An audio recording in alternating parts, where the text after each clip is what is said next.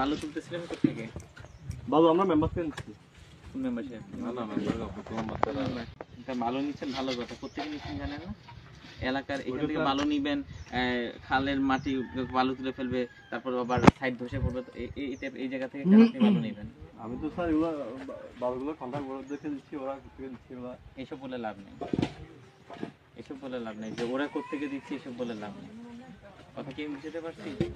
আমি হয়তো ওনাদেরকে ওনাদের মতো করে বলবো, আপনাকে আপনার মতো করে বলে যাচ্ছি। যদি এয়ারপোর্ট থেকে একদম এই যে আপনারা সাক্ষী, এয়ারপোর্ট যদি শুনি যে ওখান থেকে বালু আসছে, আপনাদের কাজ বন্ধ হয়ে যাবে। আপনি যদি সোর্স বন্ধ করে দেন, ওনারা ওখান থেকে বালু আর দিবে না। দিবে কি না?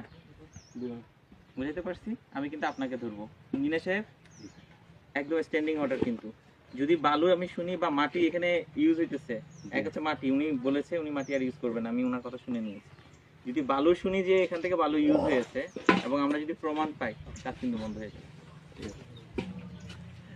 ঠিক আছে? আমি কিন্তু ভাই দ্বিতীয়বার এখানে আসতে পারবো না। আমি চাই না যে এইসব জিনিস আমি চাই না। আমার কথা হচ্ছে বালু এখান থেকে আসা যাবে, এখানে এলাকার ক্ষতি করে বাঁচতে পারবে।